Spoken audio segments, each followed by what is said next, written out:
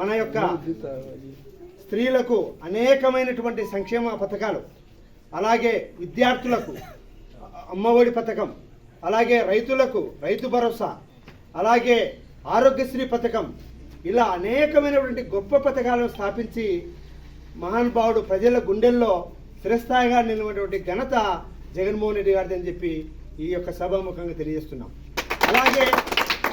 అలాగే 2024లో ఏ విధంగా అయితే చంద్రబాబు నాయుడు 2014లో 19లో అబద్ధాలు చెప్పి 600 హామీలు చెప్పాడో, అదేవిధంగా 2024లో కూడా అబద్ధాలు చెప్పి ఏ యొక్క సూపర్ 6 అని చెప్పి ఏ యొక్క పథకం కూడా ఇంతవరకు ప్రజలకు చేయకుండా ఇప్పటికి కూడా ఆయన మోసంతోనే ప్రజలను ముందుకు నడిపిస్తున్నాడు. అటువంటి ఆలోచన లేకుండా 2019-24లో నేను పలాని పథకాలు చేసి ఉంటే, ఈ పథకాలు చేసి ఉంటే నాకు ఓటు వేయండి. ఇంతకుముందు 2014-19లో చంద్రబాబు నాయుడు అబద్ధం మాట్లాడు, మీరు మోసపోకండి అని చెప్పి ప్రజలకు అందరికీ తెలియజేయడం జరిగింది. అయినా కూడా ప్రజలు ఒకసారి మళ్ళీ చూద్దామని చెప్పి చంద్రబాబు నాయుడు ఆ యొక్క ఛాన్స్ ఇవ్వడంతో ఆ యొక్క సూపర్ 6 పథకాలన్నీ కూడా మోసం చేసి ప్రజలను పూర్తిగా మోసగారులుగా చేసినటువంటి ఘనత చంద్రబాబు నాయుడు. అదేవిధంగా ఇప్పటికైనా కానీ జగన్మోహన్ రెడ్డి గారు ప్రజల పక్షాన్ని నిలబడి ఈ యొక్క 6 నెలల్లో ఆయన అందరికీ అందుబాటులో ఉంటూ ప్రజల యొక్క క్షేమం కోరుకుంటున్నాడు.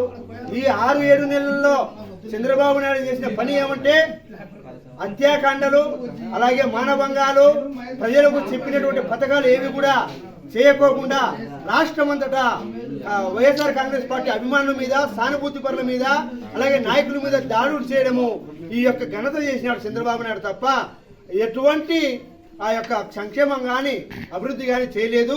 ఇప్పటికి కాదు, ఎప్పటికి కూడా ఆయన జీవితమే మోసగారితనం. ప్రజలకు ఎప్పుడు ఎన్నట్టు ఉండేవాడు కాదు. ఎందుకో ఒకసారి అవకాశం ఇవ్వడం జరిగింది. అయితే ఈరోజు జగన్మోహన్ రెడ్డి గారు చెప్తూ ఉన్నారు, జగన్మోహన్ రెడ్డి గారు ఏం చెప్తున్నారు, నేను పలావన్నం పెడితే చంద్రబాబు నాయుడు బిర్యానీ పెడతానని చెప్పి వాళ్ళకు మోసం చేయడం జరిగింది. అదేవిధంగా పలావ్ పోయింది, బిర్యానీ పోయింది. ప్రజలు కూడా బాగా ఈ యొక్క పరిస్థితుల్లో అర్థం చేసుకున్నారు. అర్థం చేసుకుని ఈరోజు ప్రజల యొక్క గోడు చంద్రబాబు నాయుడికి తగులుతుందని చెప్పి సభాముఖంగా తెలియజేయడం ఆయన చెప్పడం జరిగింది. అందులో భాగంగా మనం అందరం కూడా, మన కార్యకర్తలము, లీడర్లం అందరం కూడా అనేకమైనటువంటి బాధుడులు, చంద్రబాబు నాయుడు బాధుడు, అనేక బాధుడు చేస్తున్న కరెంటు బిల్లులు అయితేనేమి, ఆ సూపర్ 6లు అయితేనేమి, ఇంకా 25 హామీలు చెప్పాడు.